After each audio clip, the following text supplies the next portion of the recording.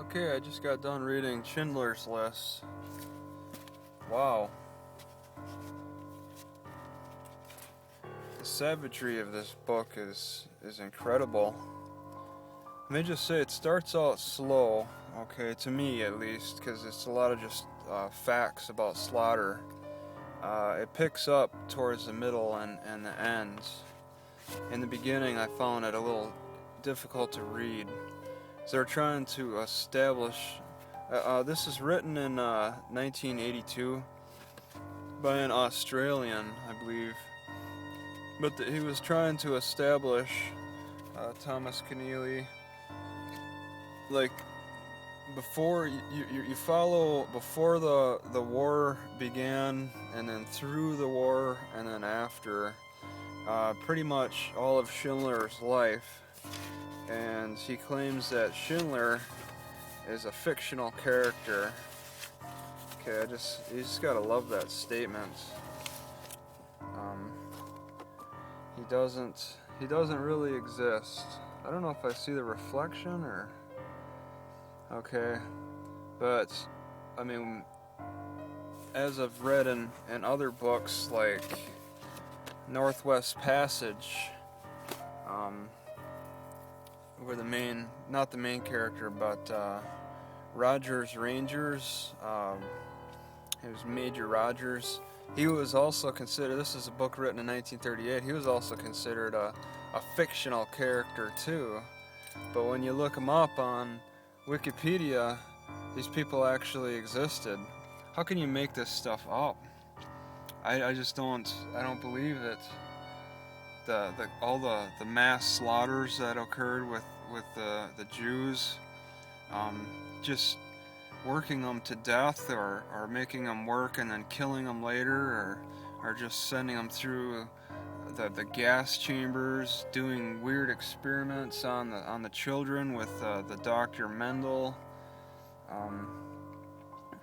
Just the cattle cars, and how they were sealed in these cattle cars for transport and died on the way.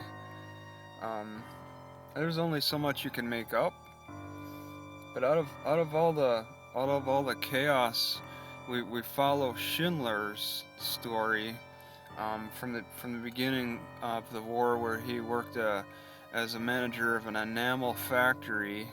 And he started in on the work in the black market really good. He developed good connections as a good businessman, and was able to find good deals, like to bribe SS officials with, like, vodka and cigarettes. Was constantly referred to as good bargaining items to use, and he'd use those to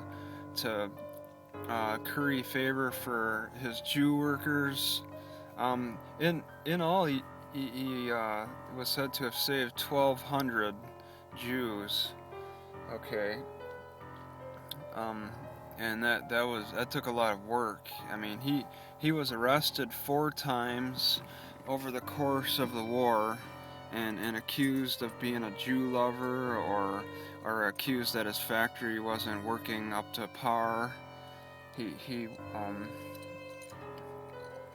had to face a lot of strife. He was just an ordinary, say, factory manager who really showed his sense of compassion during the war. You know, when all the Jews were being killed, he was there trying to say that they were good workers. He was saying that he needed them in good shape so they could be productive workers for his enamel factory, and then he had to move from one city in Poland to the next, and start a munitions factory.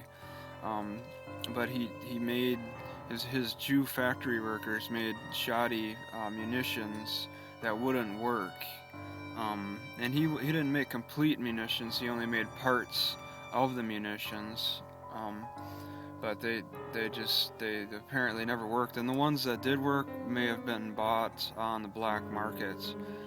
There was a lot of buying and selling on the black markets. There are a lot of corrupt SS officials within the ranks of the Nazi regime. Um, the reference to Amon Goth is just incredible. This guy would just shoot people at random at one of the Jewish prisons, and they feared him to the end of his days. And he only lived to about 37 or so. So he did a lot of his random killing off of the balcony of his home through his 30s. And even though Schindler despised him, he still worked with him because of the power that Goth had. But there's a lot of finagling. Schindler had to go through a lot. It wasn't just like he picked up this list wasn't created until the end of until his second factory, until he had to move out of the first factory and go to the second one, where he said he needed to bring along such and such Jews, and that was just a lifesaver for those Jews who were picked. The others just rotted away. There was just little to no hope for them. Just starving. If they're starved up, somebody was caught stealing a potato, they'd get shot. Or if nobody admitted to it, then everybody else got shot until the SS are satisfied. It was just very brutal.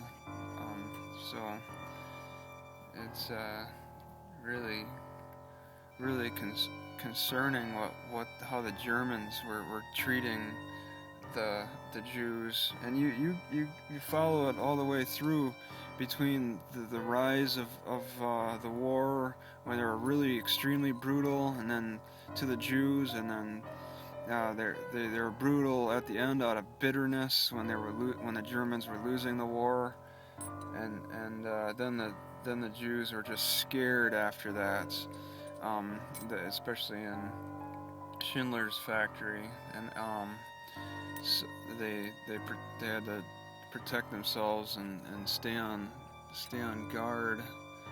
And then this helps me understand why they went to Israel.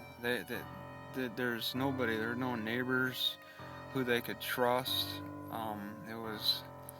It was just kind of us against them. A lot of the Jews' families died, so going to Israel seemed to have made a lot of sense after all the opposition against them in Poland and Germany. So is there with all the strife going on in Israel right now?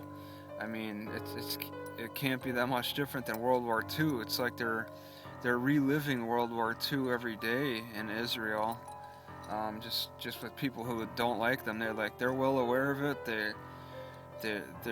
They band together as a result of it, and they're willing to fight through it. They've seen a lot worse in World War II, that's for sure.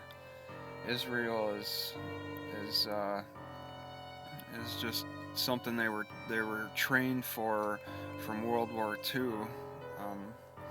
Yeah, I'd recommend reading it though. It's interesting.